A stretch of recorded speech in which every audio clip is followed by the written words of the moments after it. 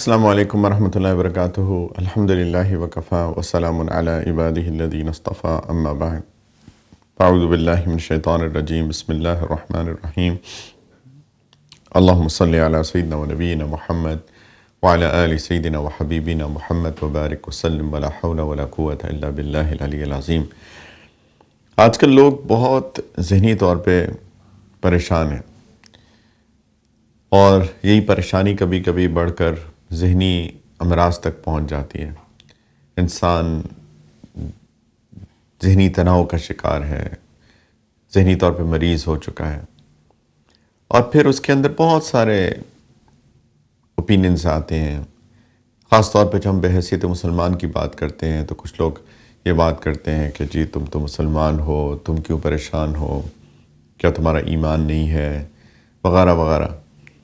تو بہت سارے لوگ ایسے سوالات بھی پوچھتے ہیں، تو میں نے سوچا کہ ہم اس ٹاپک کے اوپر بات ہی کیوں نہ کریں۔ تو انشاءاللہ تعالی میرا ارادہ یہ ہے کہ اس ٹاپک پر تھوڑی سی ہم تفصیلی بات کریں گے، اور یہ کچھ ایپیسوڈز تک انشاءاللہ ایکسٹینڈ ہوگی کہ ہم مینٹل ویل بینگ کی بات کریں، مینٹل سکنس کی بات کریں، ذہنی تناؤ، ذہنی پریشانیاں، ذہنی امراض، اس کی وجوہات اسلام کی روشنی میں۔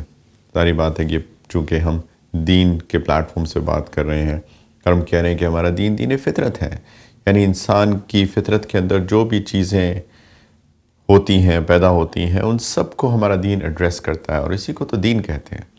دین صرف نماز، روزہ، حج، زکوٰۃ کا نام تو نہیں ہے۔ Then end to end, cover to cover, ہر چیز کو ایڈریس کرتا ہے۔ تو سب سے پہلی بات تو یہ ہے کہ جو ذہنی تناؤ ہے یا ذہنی امراض ہے، یہ ایسا نہیں ہے کہ اسلام نے یا مسلمانوں نے اس کے بارے میں کبھی بات کی ہی نہیں ہے، کیونکہ یہ ایک چیز یہ بھی ہے کہ ایک سورٹ آف ٹیبو ہے کہ جی کوئی ذہنی مرض کے بارے میں بات نہ کریں۔ ایک زمانے میں تو یہ بہت بڑا ٹیبو تھا، ایک زمانے میں تو بہت زیادہ ایسا ہوتا تھا کہ اس کے بارے میں بات کرنے کو ہی کوئی امبیرسمنٹ سمجھی جاتی تھی، یا پھر کچھ یعنی برا سمجھا جاتا تھا معاشرے کے اندر۔ لیکن ہمیں یہ چیز یاد رکھنی چاہیے کہ ہم مسلمانوں نے ہمیشہ اس کے بارے میں بات کی ہے۔ ایک بہت بڑے مسلمان سائیکالوجسٹس، ایک مسلمان ڈاکٹر ابو زید البلخی رحمۃ اللہ علیہ، انہوں نے 9ویں صدی میں ایک کتاب لکھی جس کا نام ہے مصالح الابدان والانفس، یعنی sustenance of the body and the civil, جس کا انگلش میں ترجمہ بھی ہو چکا ہے کہ انسان کے جسم اور اس کی روح، اس کی جو مصلحت کی باتیں ہیں، اس کے بارے میں انہوں نے ایک کتاب لکھی ہے، اور اس کے اندر انہوں نے جو انسان کے ذہنی امراض ہیں اس کو بھی ٹچ اپون کیا ہے۔ سو مچ سو کہ جو OCD ہے، obsessive compulsive disorder جس کو کہتے ہیں، جہاں پہ انسان کو obsessive thoughts آتی ہیں، compulsive behaviors ہوتے ہیں انسان کے، انسان کنٹرول نہیں کر پاتا، کبھی کبھی ایک ہی چیز کو بار بار کر رہا ہوتا ہے۔ ایون سو اس کو بھی انہوں نے ٹچ اپون کیا ہے۔ کبھی ہوتا ہے کہ انسان وضو کرتا ہے لیکن اس کو لگتا ہے کہ شاید میرا چہرہ دھویا نہیں میں نے، شاید میرے بازو سوکھے رہ گئے، شاید میرا پیر سوکھا رہ گیا، پتہ نہیں میں نے سر کا مسح کیا کہ نہیں کیا۔ اس کو دوبارہ کرتا ہے، پھر اس کو تھاٹس آتی ہیں، پھر وہ دوبارہ کرتا ہے۔ کبھی کبھی ایسا بھی ہوتا ہے کہ انسان آدھا گھنٹہ وضو کرنے میں لگا دیتا ہے۔ اسی طریقے سے کچھ لوگ نماز پڑھ رہے ہوتے ہیں اور ان کو یاد ہی نہیں رہتا کہ یہ میری پہلی رکعت ہے کہ دوسری رکعت ہے، پتہ نہیں میں نے سورۃ الفاتحہ پڑھی کہ نہیں پڑھی۔ اس کو دوبارہ پڑھتا ہے یا پھر اس کو ریپیٹ کرتا ہے، ایک ہی رکعت کے اندر وہ 3 5 7 دفعہ سورۃ الفاتحہ پڑھ رہا ہے۔ یہ OCDs، یہ انسان کو آپ سوچئے کہ کتنا یہ شخص قابل رحم ہے، یعنی ہماری رحمت کا مستحق ہے یہ شخص، کہ ہم اس سے محبت کریں، ہم اس سے پیار کریں، ہم اس کا خیال کریں، ہم اس کے بارے میں سوچیں، ہم اس کی ہیلپ آؤٹ کریں۔ تو یہ مسلمانوں نے ہمیشہ ایسے لوگوں کو ہیلپ آؤٹ کرنے کے لیے کام کیا ہے۔ تو ایسا قطعاً نہیں ہے کہ یہ مسلمان نے اس کے بارے میں کبھی بات کی نہیں ہے، یا یہ کوئی ایمان کی کمزوری کی نشانی ہے، معاذ اللہ۔ یہ ایک بیماری ہے جس کو ایڈریس کرنا چاہیے۔ لیکن اس کے علاوہ ہم انشاءاللہ تعالیٰ، جیسے میں نے عرض کیا کہ ہم اس کو کچھ ایپیسوڈز میں لے کر چلیں گے اور اس کے بارے میں بات کریں گے کہ اسی طرح سے لوگ بہت سارے لوگ ڈپریسڈ ہیں، ان کے اندر ڈپریشن ہے، اور کئی لوگ ڈپریشن کے بارے میں بھی بات کرتے ہیں، کچھ لوگ ڈپریشن کے بارے میں بات نہیں کرتے ہیں، اس کو چھپاتے ہیں. لیکن ڈپریشن کیا ہوتی ہے، کتنی قسموں کی ہوتی ہے، انشاءاللہ اس کے بارے میں بھی ہم اسلامک پوائنٹ آف ویو سے اپنے اسی سیریز کے اندر، ان ایپیسوڈز کے اندر انشاءاللہ تعالیٰ بات کریں گے. تو سب سے پہلے تو میں یہ بتانا چاہ رہا تھا کہ اسلام ریکگنائز کرتا ہے، اسلام اس چیز کو پہچانتا ہے، جیسے انسان کی فزیکل بیماریاں ہوتی ہیں اسی طرح انسان کی مینٹل بیماریاں ہوتی ہیں. اور اگر میں انسان کی اسپرچول انیٹمی کی بات کروں تو انسان کی اسپرچول انیٹمی کے اندر 3 چیزیں بہت اہم ہیں. ایک تو اس کی روح ہے آف کورس، دوسرا انسان کا جسم ہے کیونکہ جسم کیریئر ہے انسان کی روح کا، اور تیسرا انسان کا مائنڈ ہے، تیسرا انسان کا دماغ ہے. یہ دماغ، جسم اور روح، یہ جو ٹرائنگل ہے، یہ 3 چیزیں ہیں، یہ آپس میں انٹر کنیکٹڈ ہیں، اور یہ تینوں چیزیں مل کر انسان کی اسپرچول انیٹمی بناتی ہیں. جس طرح انسان کی ایک فزیکل انیٹمی ہوتی ہے، ایک اسکیلیٹن ہوتا ہے، ایک بون سٹرکچر ہوتا ہے، اس کے اوپر ڈیفرنٹ سسٹمز ہیں، مسکولر سسٹمز ہیں، نروس سسٹمز ہیں، ڈائجسٹو سسٹمز ہیں، ریپروڈکٹیو سسٹمز ہیں، اور باقی سارے سسٹم جو انسان کی فزیکل بینگ کے اندر ہیں. اسی طریقے سے انسان کی اسپرچول انیٹمی کے اندر یہ 3 چیزیں سب سے زیادہ اہم ہیں. میں ریپیٹ کرتا ہوں، انسان کی روح تو ہے ہی ہے، لیکن انسان کی روح انسان کے جسم کے اندر ہے، تو سیکنڈ چیز جو ہے، سیکنڈ ایلیمنٹ جو ہے اس کا انسان کا جسم ہے، اور تیسرا انسان کا انٹلیکٹ ہے، انسان کی عقل ہے. یہ تینوں ایک دوسرے پہ افیکٹ کرتے ہیں. تو انسان کا جو مائنڈ ہے وہ انسان کی اسپرچول ویل بینگ کے نہ ہونے کی وجہ سے افیکٹ ہوتا ہے. اسی طریقے سے انسان کی اسپرچویلٹی انسان کے مینٹل ویل بینگ کے نہ ہونے کی وجہ سے افیکٹ ہوتی ہے. لائک وائز انسان کی جو فزیکل بینگ ہے، انسان کا جو جسم ہے، اس کی صحت ٹھیک نہ ہونے کی وجہ سے انسان کی اسپرچویلٹی بھی افیکٹ ہوتی ہے، انسان کا دماغ بھی افیکٹ ہوتا ہے. یہ تینوں چیزیں ایک دوسرے کے ساتھ انٹر کنیکٹڈ ہیں. دوسری بات یہ ہے کہ جب ہم مینٹل النیسز کی بات کرتے ہیں، دماغی ایشوز کی بات کرتے ہیں، ڈپریشن کی بات کرتے ہیں، تو کیا اس کو ہم ڈیفائن کیسے کریں گے؟ اس کو ڈیفائن کرنے کے لیے میں دوبارہ ریپیٹ کرتا ہوں کہ دماغی طور کے اوپر بیمار ہونا یہ کوئی ڈائلیما نہیں ہے. انسان بیمار ہو سکتا ہے، لیکن اس کو کوپ نہ کرنا. جس طرح انسان فزیکل بیمار ہو جاتا ہے، انسان کو خدا نخواستہ اللہ نہ کرے کسی کو کینسر ہو گیا. اب کینسر ایک بیماری ہے اور بہت خطرناک بیماری ہے، لیکن کچھ لوگ بالکل ہمت ہار دیتے ہیں. ان کو پتہ چلتا ہے ان کو کینسر ہو گیا، ان کے اوسان خطا ہو جاتے ہیں، وہ ہمت ہار جاتے ہیں، اس سے ٹریٹ نہیں کرنا چاہتے یا نہیں کروانا چاہتے، یا اس کے اندر وہ اسٹرانگ نہیں ہوتے، علاج نہیں کراتے، دعاؤں کا اہتمام نہیں کرتے، ہوپ لیس ہو جاتے ہیں، نا امید ہو جاتے ہیں. اسی طریقے سے انسان کو اگر کوئی مینٹل سکنس ہو یا انسان کو کوئی بھی مینٹل پریشرز ہوں، اس کو کوپ نہ کرنا. جو انسان کی انگزائٹی ہوتی ہے، انسان کے اندر جو اینکشسنس ہوتی ہے، انسان کے اندر جو سٹریس لیولز ہوتے ہیں، اس کو کوپ نہ کرنا، یہ وہ چیز ہے جس کو ایڈریس کرنے کی ضرورت ہے. یہ وہ چیز ہے جو کہ ٹھیک ہونی چاہیے.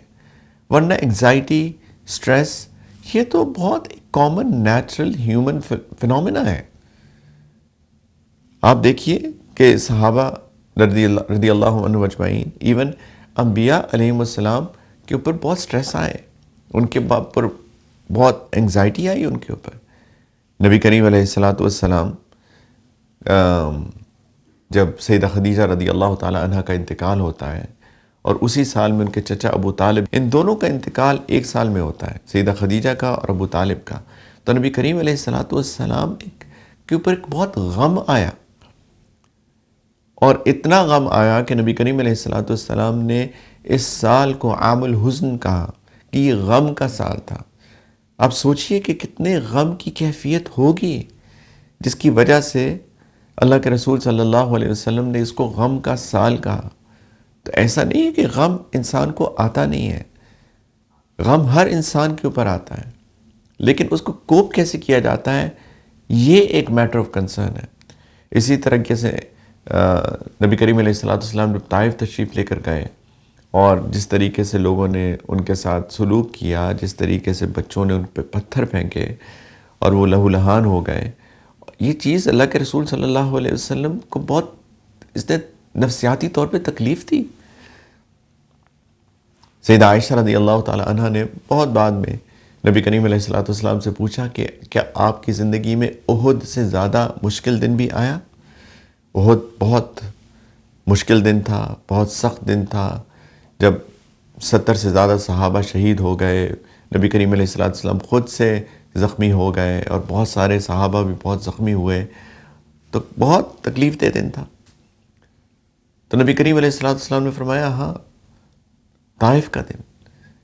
تو اللہ کے رسول صلی اللہ علیہ وسلم کو بہت تکلیف پہنچی اس دن، اور یہ بہت فطری چیز ہے کہ تکلیف پہنچی۔ شیب ابی طالب میں جب 3 سال تک محاصرہ کیا گیا، یہ کوئی آسان نہیں تھا، بہت مشکل کام تھا، اور جو لوگ باتیں کرتے تھے نبی کریم علیہ السلام کے بارے میں باتیں کرتے تھے، ان کی بات نہیں سنتے تھے، عجیب عجیب باتیں کرتے تھے، تو اللہ تعالیٰ نے اس چیز کی گواہی دی، فرمایا وَلَقَدْ نَعْلَمُ أَنَّكَ يَضِيقُ صَدْرُكَ بِمَا يَقُولُونَ۔ اللہ تعالیٰ فرما رہے ہیں کہ میں جانتا ہوں کہ آپ کا سینہ تنگ ہوتا ہے ان کی باتوں سے، یعنی آپ کا سینہ تنگ ہو رہا ہے، آپ کے اندر ایک تکلیف ہے، آپ کے دل میں ایک تکلیف ہے۔ اور جب لوگ بات نہیں مانتے تھے، لوگ سنتے نہیں تھے، تو اللہ کے رسول صلی اللہ علیہ وسلم کے دل میں ایک شدید تکلیف تھی اس بات کی، اتنی تھی کہ اللہ تعالیٰ فرما رہے ہیں لَعَلَّكَ بَاخِعٌ نَفْسَكَ أَلَّا يَكُونُوا مُؤْمِنِينَ۔ اے نبی صلی اللہ علیہ وسلم، شاید آپ اپنے آپ کو ہلاک کر دیں گے اس صدمے سے کہ یہ لوگ ایمان نہیں لا رہے ہیں۔ تو یہ بہت فطری چیزیں ہیں۔ اسی طریقے سے یوسف علیہ السلام کے بھائیوں نے جب ان کو کنویں میں ڈال دیا، اور لانگ سٹوری شارٹ، ان کو کنویں سے نکالا گیا، مصر میں ان کو بحیثیت غلام فروخت کر دیا گیا، تو ان کے جو والد سیدنا یعقوب علیہ السلام جو کہ اپنے وقت کے نبی ہیں، ان کو اپنے بیٹے کی جدائی پہ کتنی تکلیف ہوئی، اس پہ رویا کرتے تھے، اور چونکہ عرصہ گزر گیا، سالوں گزر گئے، اور روتے روتے ان کی بینائی کمزور ہو گئی۔ اللہ تعالیٰ فرماتے ہیں قرآن کے اندر سورہ یوسف میں وَتَوَلَّ عَنْهُمْ وَقَالَ يَا أَسَفَ عَلَى يُوسُف وَابْيَضَّتْ عَيْنَاهُ مِنَ الْحُزْنِ فَهُوَ كَظِيمٌ۔ اللہ تعالیٰ فرما رہے ہیں کہ یعقوب علیہ السلام نے فرمایا کہ افسوس ہو یوسف پر، اور صدمے سے آپ کی آنکھیں سفید پڑ گئی تھیں، کیونکہ آپ غم کو اندر ہی اندر پی رہے تھے اتنے سالوں سے۔ سیدہ مریم علیہ السلام جب ان کو اللہ تعالیٰ نے فرمایا کہ آپ کی اولاد ہوگی، بغیر شوہر کی اولاد ہوگی، اور جب اولاد کا وقت آیا، جب ڈیلیوری کا وقت آیا، تو سیدہ مریم علیہ السلام کے اندر جو ایک کیفیت تھی اللہ تعالیٰ نے اس کو بھی بیان کیا۔ قالت یا لیتنی مت قبل هذا وکنت نسیا منسیا، فرمایا کہ کاش کہ میں اس دن سے پہلے مر ہی گئی ہوتی اور میں کوئی بھلائی جا چکی ہوتی۔ یہ ان کے دل کی کیفیت تھی۔ تو دیکھیں، اسٹریس ہونا، انگزائٹی ہونا، اینکشس ہونا ایک بڑی فطری چیز ہے، لیکن اب بات یہ ہے کہ اس کو کوپ کیسے کرنا ہے۔ جب اس کو کوپ نہیں کیا جاتا تو پھر آف کورس انسان کے دماغ پہ اس کا اثر پڑتا ہے۔ تو سب سے پہلی بات تو یہ ہے کہ ہمارا ایمان جہاں کام آتا ہے وہ ان سٹریسز کو، ان انگزائٹیز کو سمجھنے میں کام آتا ہے کہ تقدیر پر ایمان ایک بہت اہم چیز ہے، کہ تقدیر میں ہوتی ہیں چیزیں۔ اللہ تعالیٰ نے دنیا کو دارالامتحان بنایا ہے، جس نے آنا ہے اس نے جانا بھی ہے، انتقال سب کا ہونا ہے، میرا بھی ہونا ہے، آپ کا بھی ہونا ہے، ہمارے قریبیوں کا انتقال ہوتا ہے۔ اس چیز کو یاد رکھنا، جاب آتی بھی ہے، جاب جاتی بھی ہے، بزنس میں فائدہ بھی ہوتا ہے، نقصان بھی ہوتا ہے، کئی دفعہ ہمیں کوئی چیز اچھی لگتی ہے لیکن اصل میں اچھی نہیں ہوتی، کبھی کبھی کوئی چیز بری لگتی ہے لیکن اصل میں اچھی ہوتی ہے، اللہ کو پتہ ہے۔ اللہ تعالیٰ قرآن کے اندر فرمایا کہ کبھی کوئی چیز تمہارے لیے اچھی ہوتی ہے، عَسَىٰ أَن تَكْرَهُوا شَيْئًا وَهُوَ خَيْرٌ لَكُمْ وَعَسَىٰ أَن تُحِبُّوا شَيْئًا وَهُوَ شَرٌّ لَكُمْ وَاللَّهُ يَعْلَمُ وَأَنْتُمْ لَا تَعْلَمُونَ۔ اللہ کو پتہ، تم کو نہیں پتہ۔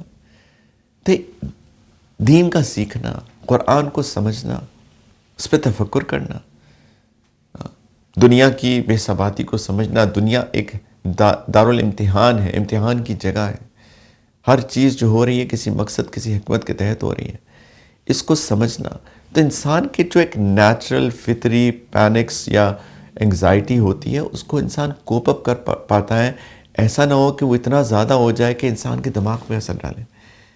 تو ایک تو یہ بات ہے، انشاءاللہ اس کو ہم جاری رکھیں گے کہ جو انسان کی باقی ڈپریشنز، انگزائٹیز کی اور وجوہات کیا ہو سکتی ہیں، انشاءاللہ اسٹے ٹیونڈ، اگلے ایک دو ہفتے، 2-3 ہفتے میں انشاءاللہ تعالیٰ اس کے بارے میں بات کریں گے۔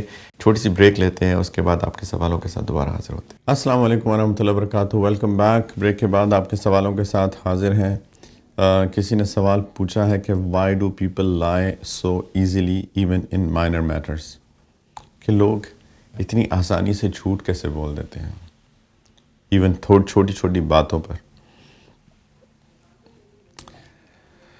ہاں، اصل میں نے یہ اس لیے بھری ہے کیونکہ یہ بہت بڑا ڈائلیما ہے کہ ہم بالکل بھی نہیں سوچ رہے کہ ہم لوگ کیا کر رہے ہیں، کیا بول رہے ہیں، کیا سوچ رہے ہیں، زندگی کیسے گزار رہے ہیں۔ اللہ تعالیٰ نے ہمیں جتنے بھی احکام دیے ہیں وہ ہمارے فائدے کے لیے دیے ہیں، ہمارے انفرادی فائدے کے لیے، ہمارے پرسنل بینیفٹ کے لیے، ہمارے سوشل بینیفٹ کے لیے، معاشرے کے فائدے کے لیے، انسانیت کے فائدے کے لیے۔ اور جو بھی ان پرنسپل سے باہر نکلتا ہے وہ اپنے آپ کو سب سے پہلے اور اس کے ساتھ ساتھ معاشرے کو اور ساتھ ساتھ پوری انسانیت کو نقصان پہنچا رہا ہے۔ اور یہ جو آپ نے بات پوچھی ہے جھوٹ بولنے کی، یہ تو چھوٹی بات ہے بھی نہیں۔ جیسے کسی انسان کو قتل کرنا کتنی بڑی بات ہے، یعنی ایک شخص ہے، ایک جان ہے، اللہ کی طرف سے دی گئی اس دنیا کے اندر ایک زندگی ہے، اور کوئی اس کو قتل کر دے، اس کو مار ڈالے، یہ کتنا بڑا جرم ہے، کتنی ایک سنگین بات ہے۔ آپ قرآن کے اندر پڑھیے کہ جتنی سخت وعید، جتنی سخت وارننگ، جتنی اللہ تعالیٰ کا غصہ اس چیز پر ہے کہ کوئی مسلمان ایک مسلمان کی جان لے لے بغیر کسی وجہ کے، شاید ہی کسی اور چیز کے اوپر ہو، شرک، اللہ تعالیٰ کے ساتھ شرک کرنے پر ہے، اللہ تعالیٰ کے ساتھ، اللہ تعالیٰ کی اولاد کسی کو بنا دینے پہ بھی ایسے ہی غصہ ہے، زیادہ سخت غصہ ہے۔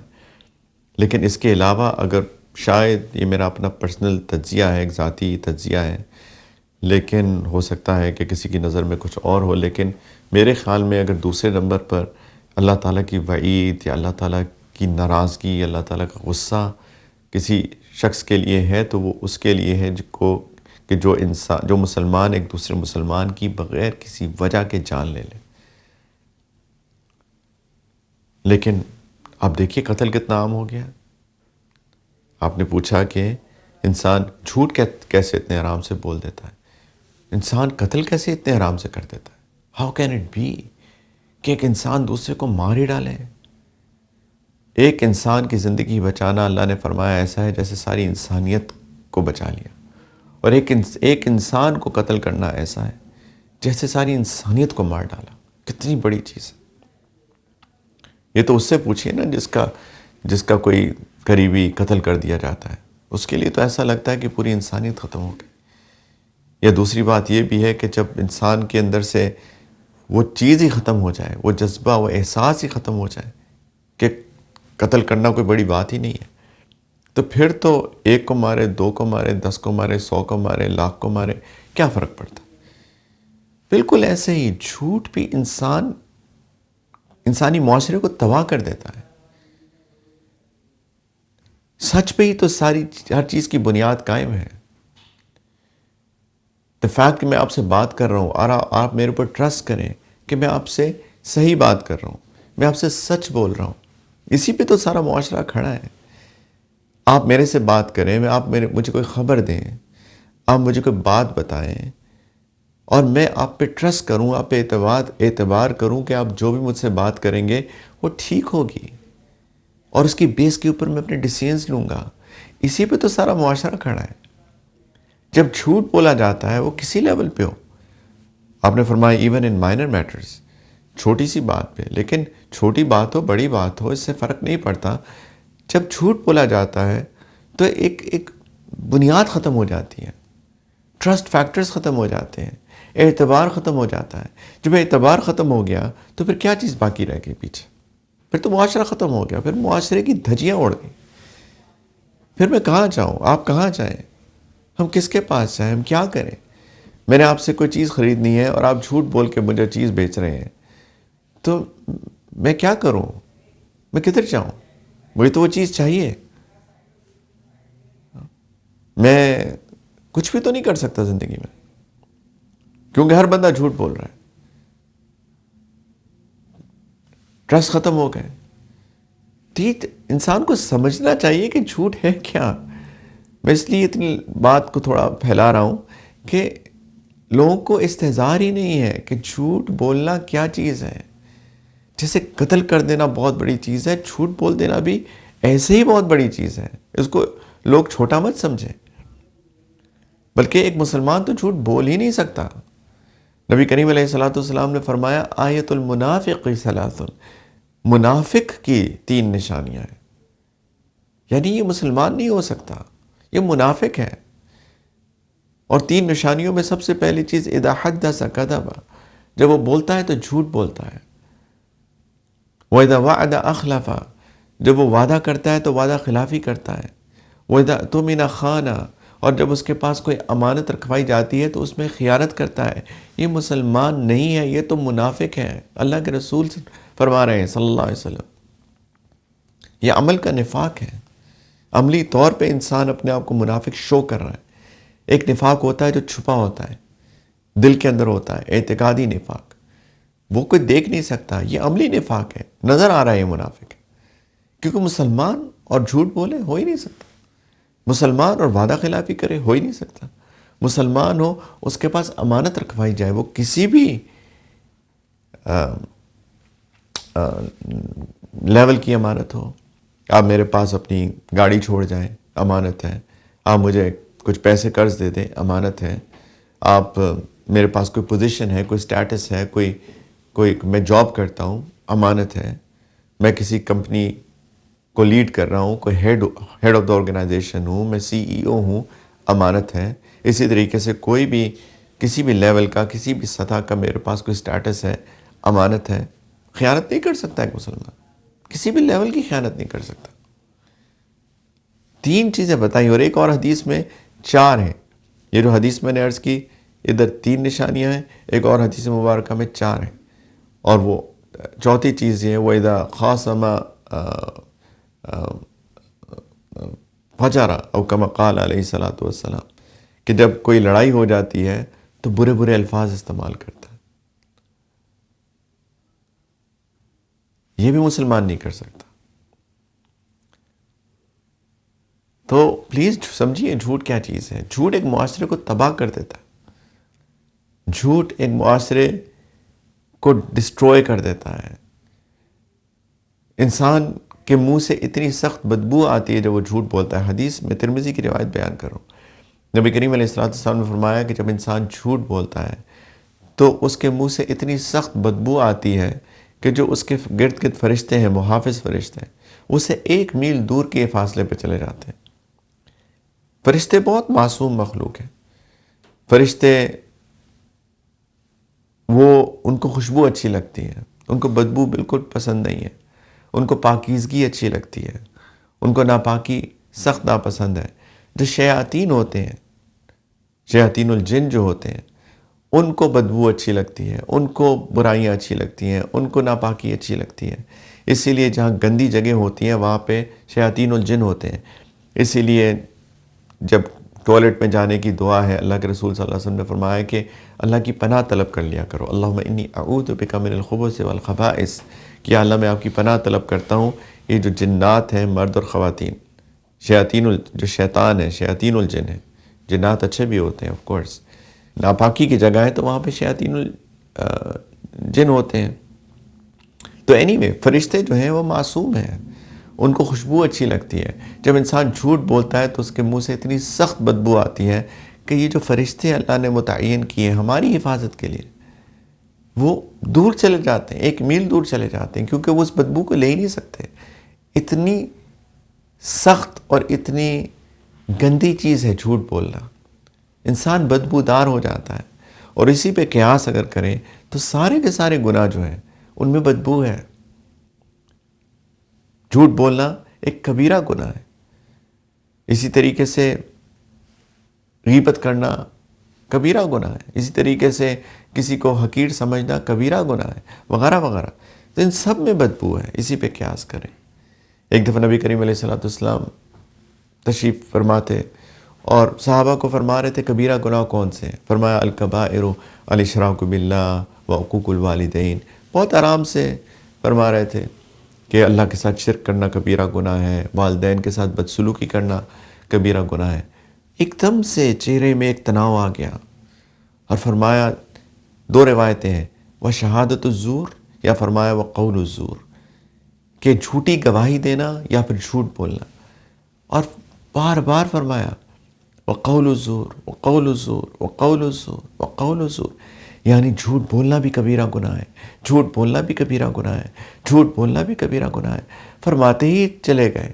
صحابہ نے ان کے چہرے پر جب تکلیف کے آثار دیکھے کہ کتنی تکلیف ہے اللہ کے رسول کو یہ بات بتاتے ہوئے کہ جھوٹ بولنا کبیرہ گناہ ہے، جھوٹ کیسے بولتے ہو. فرمایا کاش کہ بس اور نہ فرمائیں، ہمیں سمجھ میں آ گئی یا رسول اللہ، اپنے آپ کو کیوں تکلیف میں ڈالتے. تو سمجھیے پلیز، جھوٹ نہیں بول سکتے، ایک معاشرے کو تباہ کرنے کی چیز ہے. آپ نے بہت اچھا سوال پوچھا، اللہ آپ کو جزائے خیر دے. امید ہے انشاءاللہ ہم سب اپنے جھوٹ سے توبہ کریں گے. انشاءاللہ اگلے ہفتے آپ سے دوبارہ ملاقات ہوگی. آپ اپنے سوالات ای میل کر سکتے ہیں deenفطرت@airwhitedigital.tv پر. تب تک کے لیے دعاؤں میں یاد رکھیے. وآخر دعوانا ان الحمدللہ رب العالمین. السلام علیکم ورحمۃ اللہ وبرکاتہ.